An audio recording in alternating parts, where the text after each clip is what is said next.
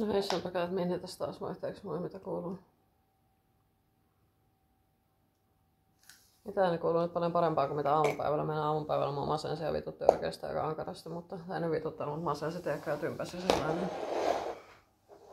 Mutta sitten kävin itse asiassa lenkillä, niin fiilis paranee huomattavasti. Koska masennuksen on paras lääke oikeasti liikunta ja se, että lähtee liikkeelle ja tekee asioita. Ja sillä niin kuin puhuttiin tuossa yhden kaverin kanssa just puhelimessa. Niin. Ja Tekka itse asiassa sitten soitin myös äitille. Oli tosi kiva puhua senkin kanssa, vaikka lyhyen aikaa oikeasti puhuttiinkin. Mutta jos nyt pääsin sitten aiheeseen, ja aiheeni on tosiaan tänään häpeä, mistä yritin tehdä tuossa aikaisemmin videoon, mutta sitten tämä kaveri soitti just kesken videon, niin me ei lopettaa sen tekemisen ja silleen. Myös nyt uusi yritys tosiaan.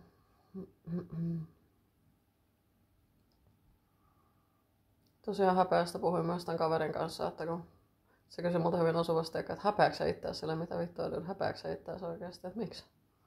Se kysyi tälleen multa ja sitten mä olisin, että en mä juurikaan nykyään teekään häpeä, tuskin mulla olisi näin monta YouTube-kanavaa oikeasti, jos mä häpeäisin itseäni. Koska tää on oikeasti parasta vastalääkettä häpeän tunteeseen tai YouTube-videoiden tekeminen ja julkisesti esiintyminen. Huom julkisesti mun videoilla niin vitusti katsoja ja sellainen alapara. Ja nyt teoriassa itse asiassa mun ja Naksun yhdellä, siis meidän uudella YouTube-kanavalla Naksu ja Minnin paljat videot, anteeksi Minnin ja Naksun paljat videot tai jotakin näin. Niin siellä on yhdellä videolla 242 katsojaa kertaa, että se on aika vitusti metsin mittapuolella. Mutta tosiaan niin nämä on parasta antidote to shame, nämä videot. Silleen, koska taas mä mietin, että mun pitäisi pätkästä tää video, koska mua hävetti vähän toi äskeinen sössötyksen ja silleen änkytyksen ja tutin ainakin mua hävettää välillä, mutta teko aina vaan itse asiassa vähemmän nykyään hävettää, että toki mun vanhan kanavan mä poistin jossain vitun häpeän puuskassa silloin vuosi sitten, kun mulla oli tää ihme romahdus, joka ilmeisesti johtui noista neurootteista. Tuli siis vitullinen psykoosi siitä, tai se psykoosi ja mun teka hävenä on vitusti silleen asia, millä ei niitä mahda mitään, miksi hävetä sitä lollana. Koska en mä oo syyllinen mun sairauteen silleen, miksi vitosesta pitäisi hävetä.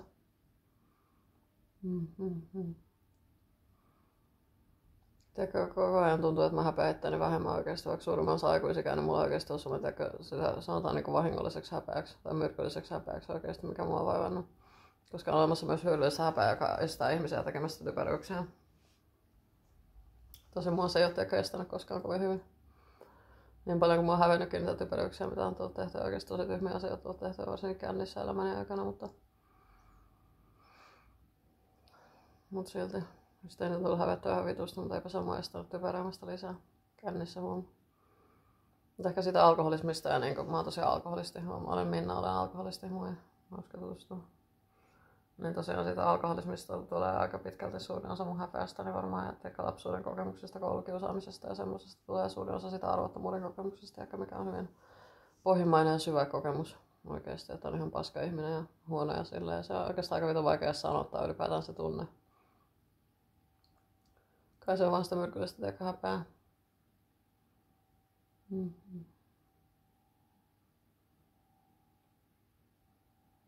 Aina kun tuntuu, että kun sanoo, että on arvoton olo ja on paska olo ja silleen, kun tuntuu, että se ihan paskaksi ihmiseksi, niin tuntuu, että se ei teekö mitenkään pysty kiteyttämään sitä määrää, mikä sitä häpeää on ja niin kuin miten paha se olo oikeasti voi olla silloin, kun oikeasti häpeää ettää ihan vitusta. Niin.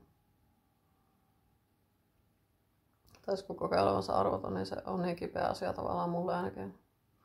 Käsittääkseni useimmille muillekin, että se arvottomuuden kokemus on niin vitun kipeä asia, että sitä ei tunnu mikään sanat pystyvän kuvailemaan. Siksipä ihmiset yleensä vältteleekin häpeää ja häpeästä puhumista ja silleen, häpeän kohtaamista ja häpeän tunnustamista, mutta minä olen aika hyvin kohdannut tämän häpeän itsessäni ja silleen. Ja tämän arvottomuuden kokemuksen myöskin kohdannut vähän mua hyvä, cool ja silleen.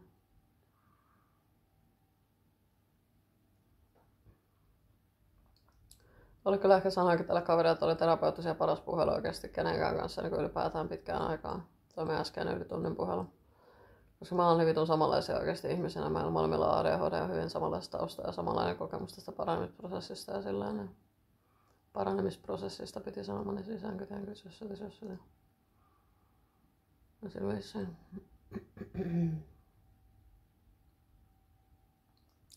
Sitähän sanotaan aina, että masennus on häpeä sairaus. Itse asiassa ehkä Mia Moisiolla on hyvä kirja Häpeästä valoon. Suosittelen erittäin lämpimästi kaikille. Mä oon joskus lukenut BookBeatista. Niin Siinä puhutaan tuosta häpeästä hyvin rakentavalla tavalla, niin suosittelen erittäin lämpimästi kaikille tätä kirjaa. Koska harrastajahavitus ja self-help-kirjoja ylipäätään Lollero. Ehkä näissä videoissa mä oon hävennyt Lolleron hakemista aika vitusti välillä. Mutta ihan sama. I don't give a living shit at the moment. Tai jotakin.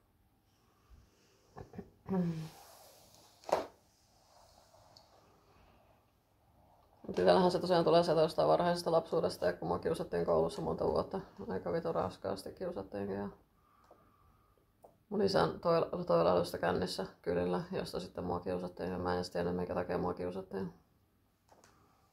Haukuttiin vaan tirkuksi ja tirkistelijäksi ja kaikkea tällaista, kun mun isä oli ilmeisesti tirkistelijä jotakin naista silloin. Ja sitten ton sanan sanominenkin tuo kipeätä muistoa ja tirkistelijä.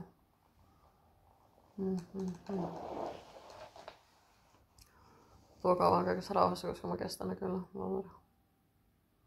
Lollera, pallera, pyllera.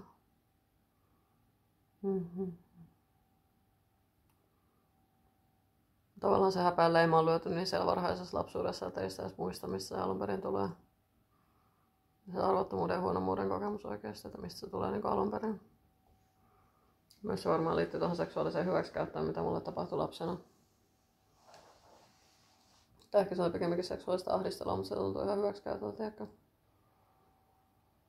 Tai ehkä se oli hyväksikäyttöä, en osaa sanoa. Mutta ainakin semmoista, kun mulle tapahtuu siihen pienenä ja sillä viisiin. Niin siitäkin varmaan tulee ehkä ihan valtavat häpeät oikeesti. Mennään Chlamydialla on käsittääkseni muistaakseni ainakin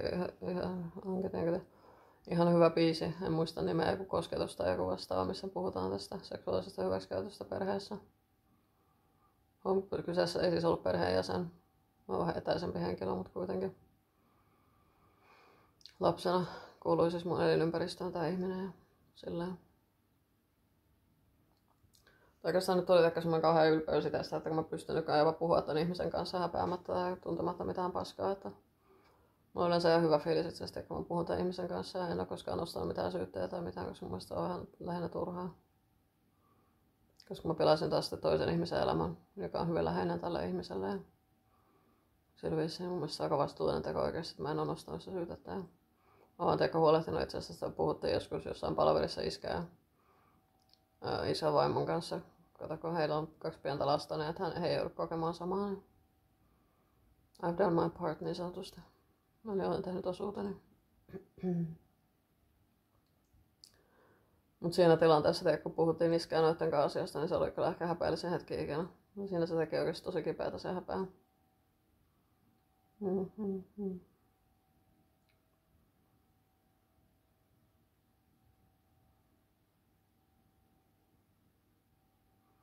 Niin kuin tosiaan varmaan monta kertaa alleviivannut, kun alleviivaanpa nyt oikeasti uudestaan, niin kyse on siis myrkyllisestä häpeästä, ei siitä annesta normaalista tavallisesta häpeästä, jota koetaan, kun tehdään jotain tyhmää tai sillä se on ihan normaalia, se on ihan fine, se on ihan ok ja sillä nyt puhun sitä helvetin kipeästä tunteesta, mikä on myrkyllinen häpeä nimellä.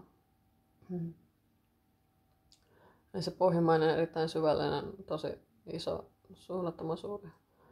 Mikä mun ääntäkin nyt itse asiassa vaivaa, että ehkä tuntuu, että ääni menee. Varmaan johtuu siitä, kun mä oon puhunut niin vitusti tänään oikeasti. Mä enää puhun yli tunnin puhelimesta ihmisen kanssa.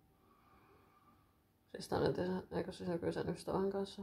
Entisen ystävän, mitä vittua. What the fuck.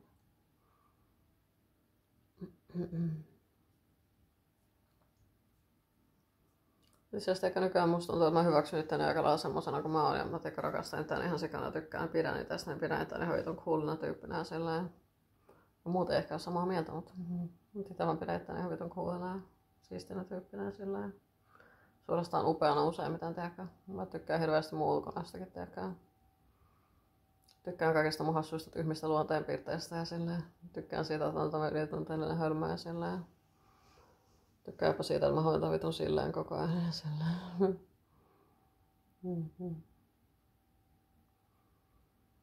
Mä basically vaan hyväksynyt tän ihan semmosena, kun mä tiedän, oon tutustunut niin paljon omiin puoliin ja tässä viime vuosina ja silleen. Pystyn hyväksymään myös sen häpeän tunteen itse asiassa.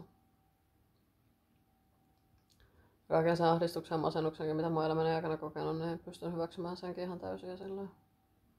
Ja silleen, lollera, pyllera, pallera.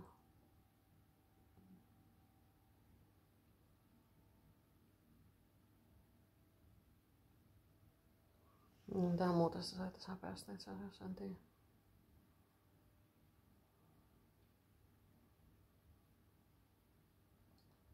No eikä mä oon oikein muuta mieleen aiheesta. Aletaan taas kiva hypätä, moikka!